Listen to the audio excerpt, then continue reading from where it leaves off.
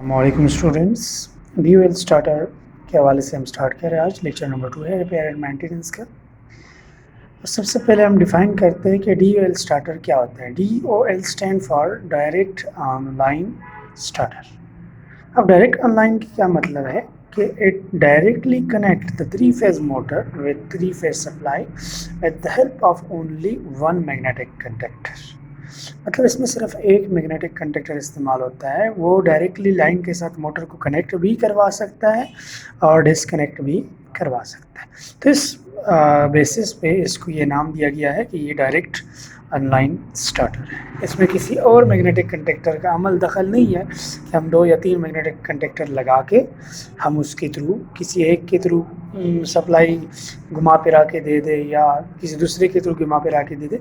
हम directly line के साथ कनेक्ट करते हैं simply with the help of one magnetic conductor और डिस्कनेक्ट कर लेते हैं। अब इसमें ये है कि हमारे पास इस ड्यूएल स्टार्टर में 2 तरह के सर्किट्स होते हैं, उनके हम डायग्राम डिस्कस करेंगे कि ये कैसे वर्किंग करते हैं। पहला सर्किट है the type of circuit used in dual starter are of 2 type. नंबर first power circuit and the second is the control circuit. अब इन पावर और कंट्रोल सर्किट को बनाने के लिए हम कौन कौन से कंपोनेंट यूटिलाइज करते हैं, तो ये कंपोनेंट लिस्ट है कि ये हम इसकी मदद से इस ड्यूएल स्टार्टर को बनाते हैं। फर्स्ट ऑफ ऑल क्या लिखा है, 3-phase सर्किट ब्रेकर। ये किस मकसद के लिए होता है, ओवर करंट प्रोटेक्शन के लिए।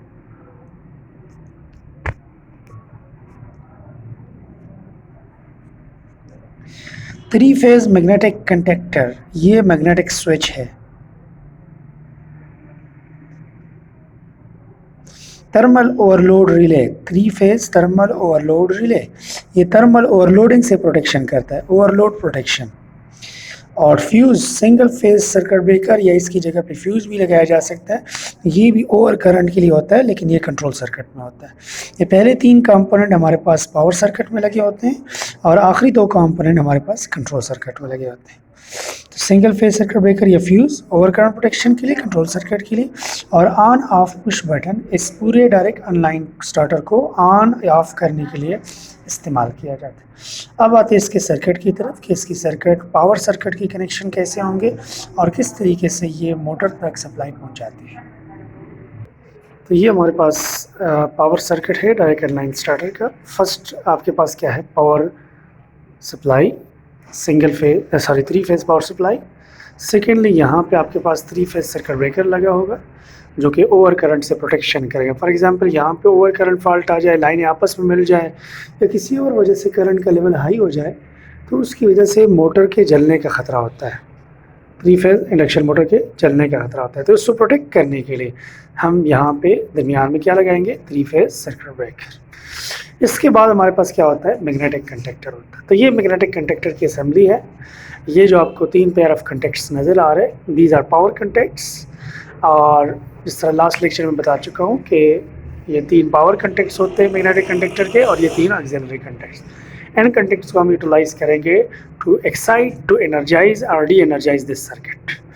इसके बाद हमारे पास ओवरलोड रिले है, थर्मल ओवरलोड रिले, जिसके कंडक्ट नॉर्मली क्लोज होते हैं लेकिन जब हम सप्लाई को मोटर गर्म होना शुरू हो जाती है तो ये कंडक्ट ओपन हो जाते हैं। तो ये थर्मल ओवरलोड प्रोटेक्शन। और आगे आपके पास डेल्टा कनेक्टेड, याद रहे delta connected 3-phase induction motor होती है। अब ये तो हमारे पास पावर सर्किट हो गया। इसके मुकाबले में भी हम कंट्रोल सर्किट बनाते कि वो इसके साथ हम कैसे इंटरकनेक्ट करेंगे। अच्छा, तो ये हमारे पास कंट्रोल सर्किट है। हमारे पास 2 तरह के मैग्नेटिक कंडक्टर होते हैं। कुछ मैग्नेटिक कंडक्टर 220 वोल्ट पे ऑपरेट करते हैं और कुछ के ऊपर लिखा होता है 380 वोल्ट। अगर 220 वोल्ट का मैग्नेटिक कंडक्टर है तो उसका हम कंट्रोल सर्किट किसी भी एक फेज लाइन और न्यूट्रल लाइन के दरमियान कनेक्ट करते हैं। और आपके पास अगर डबल फेज पे कभी कभार आपने सुना होगा कि एक डबल फेज सप्लाई भी इस्तेमाल की जाती है कंट्रोल सर्किट्स में। तो उसकी टिपिकल एग्जांपल ये है कि आपके पास वो मैग्नेटिक कंडक्टर जिसका ऑपरेटिंग वोल्टेज 380 वोल्ट होता है, उसको हम 2 फेजेस के अक्रॉस कनेक्ट करते हैं। मतलब करंट की फ्लो हम 2 फेजेस के दरमियान कराते हैं उस कंट्रोल सर्किट को एनर्जाइज करने के। अब ये सेम टू सेम सर्किट यहाँ पे भी लगा होगा, कोई फ़र्क नहीं है। अब यहाँ पे देख ले, इसमें एक चीज़ की कमी अभी भी है। फॉर एग्जांपल यहाँ पे हमारे पास सिंगल फेज सर्किट ब्रेकर है या फ्यूज़ है, ये यहाँ पे आपके पास क्या है, 9596 ये थर्मल ओवरलोड रिले में पॉइंट होता है, उसके ऊपर 9596 लगा होता है जो कि नॉर्मली क्लोज पॉइंट होता है। मतलब थर्मल ओवरलोड रिले का नॉर्मली क्लोज पॉइंट हम सिंगल फेज सप्लाई के साथ अगर कनेक्ट करते तो फेज से connection single phase circuit breaker में देंगे, सिंगल फेज सर्किट ब्रेकर से थर्मल ओवरलोड रिले का 95 नंबर पिन 96 उसमें कनेक्शन देंगे और आउट कहाँ से करेंगे, उससे 96 नंबर पिन से। ये ओवरलोड के अंदर आपको मैं दिखाऊंगा जब हम प्रैक्टिकल परफॉर्म करेंगे इसका। तो यहाँ से हम कनेक्शन लेके जाते हैं ऑफ बटन में। ऑफ बटन आपके पास एक तरफ इस 96 के साथ कनेक्टेड होता है और दूसरी तरफ उसको हम कनेक्ट कर लेते हैं ऑन बटन के साथ डायरेक्टली। फिर ऑन बटन का दूसरा कॉइल मैग्नेटिक कंडक्टर को कॉइल पॉइंट A1 इसके साथ कनेक्ट कर लेते हैं और उसके साथ A2 जो है कॉइल का वो हम क्या करते हैं न्यूट्रल के साथ कनेक्ट करते हैं, ये 220 वोल्ट में। इस केस में यहाँ पे A2 आपके पास लाइन नंबर 2 के साथ कनेक्टेड होगा। अब इसमें एक चीज़ है, फॉर एग्जांपल हम कॉइल को एनर्जाइज करना चाहते हैं। ये कॉइल तक कब एनर्जाइज होगा, जब इस हम करंट की सप्लाई इसके अंदर थ्रू करेंगे। ये देखिए ना सारा कनेक्शन पूरा है मासिवाई इस पॉइंट के, ये ओपन है अभी भी, लेकिन जब हम पुश करेंगे तो ये क्लोज हो जाता है, तो यहाँ से यहाँ तक करंट की फ्लो शुरू हो जाती है। तो ये चीज़ आपने समझनी है कि करंट की फ्लो तो शुरू हो जाएगी, लेकिन जब आप हाथ हटाएंगे, उंगली हटाएंगे, तो डेफिनेटली आपके पास ये पॉइंट दोबारा ओपन हो जाता है, क्योंकि पुश बटन में पुश करने से क्लोज होता है, लेकिन जब आप ओपन करते छोड़ते हैं रिलीज़ करते हैं तो ओपन हो जाता है। लिहाजा हमारे पास यहाँ पे इस कॉइल तक करंट की सप्लाई जारी रखने के लिए हम यहाँ पे एक और कनेक्शन देंगे। वो बाईपास कनेक्शन होगा जो कि ऑन बटन के छोड़ने के बाद सप्लाई इस कॉइल तक जारी रखेगा, ताकि कॉइल तक जारी रहने की वजह से कॉइल जब मैग्नेट बनता है ना तो ये पूरा प्लंजर खींचता है अपनी तरफ, तो ये सारे कंटेक्ट क्लोज हो जाते हैं। जब ये क्लोज हो जाएंगे तो डेफिनेटली इधर के करंट की सप्लाई यहाँ से ये इस पाथ से ये इस पाथ से लाइन से करंट 3 फेज इंडक्शन मोटर के वाइंडिंग तक पहुँच जाएगी और इस तरह मोटर चलने लग जाएगी। लेकिन इसको जारी रखने के लिए आपके पास इस तरह है कि इस कॉइल को मुसलसल एनर्जाइज किए रखें। तो इसको मुसलसल एनर्जाइज रखने के लिए हम क्या करते हैं, इस ऑन बटन के पैरेलल में कोई ऐसा टेक्निक करते हैं कि जिससे हमारे पास ये ऑन बटन छोड़ने के बाद भी इस कॉइल को मिलने वाली सप्लाई बंद ना हो। तो मैं यहाँ पे भी कनेक्शन बनाता हूँ। इस ऑन बटन का एक terminal normally open of the magnetic conductor के एक टर्मिनल के साथ मिलाएंगे और इसका दूसरा टर्मिनल मैग्नेटिक कंडक्टर के नॉर्मली ओपन के दूसरे पॉइंट के साथ। तो मैग्नेटिक कंडक्टर में नॉर्मली ओपन होता है ना, उसके साथ आपने इस तरह का इंटरकनेक्शन कर देना है इन दोनों का। तो ये अभी हमारे पास ये सर्किट कंप्लीट हो चुका है। अभी आप देख ले कि कंट्रोल सर्किट काम कैसे करेगा। आप ऑन बटन को प्रेस करेंगे तो ऑन बटन को प्रेस करते ही ये कनेक्शन कंप्लीट हो जाएगा, तो करंट की फ्लो शुरू हो जाएगी, मैग्नेटिक कंडक्टर का कॉइल एनर्जाइज हो जाएगा। इस कॉइल के एनर्जाइज होती ही ये नॉर्मली ओपन वाला पॉइंट क्लोज हो जाएगा। तो मतलब अभी करंट की फ्लो के लिए ये वाला पाथ भी है और ये वाला पाथ भी अभी पूरा हो चुका है। तो देख ले, अभी अगर आप इसको छोड़ भी दे तो कम से कम ये पाथ तो अभी रहेगा, क्योंकि कॉइल अभी एनर्जाइज है। तो एनर्जाइज रहते ही आपके पास करंट की फ्लो अपना रास्ता मुकम्मल तौर पर चेंज करके इस रास्ते के थ्रू कॉइल को मिलनी शुरू हो जाएगी।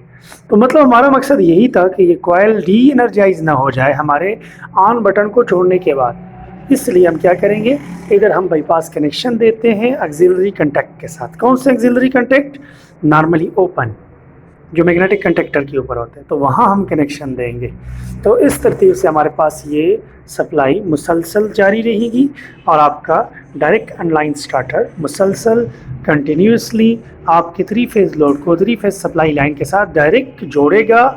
जब आप सप्लाई चली जाए, इसका फ़ायदा क्या है, जब सप्लाई ऑफ हो जाए या पीछे से वापडा की लाइट चली जाए, लोड शेडिंग आवर स्टार्ट हो जाए, अगर आपका ये मैग्नेटिक कंडक्टर लगा है किसी पेट्रोल पंप के ऊपर फॉर एग्जांपल या किसी ट्यूबवेल मशीन के ऊपर, तो डेफिनेटली आपके पास जब लाइट जाती है तो लाइट जाने के बाद लोड शेडिंग आवर्स में ऑटोमेटिकली ये कॉइल डी एनर्जाइज हो जाती है, क्योंकि पीछे से सप्लाई बंद हो जाती है।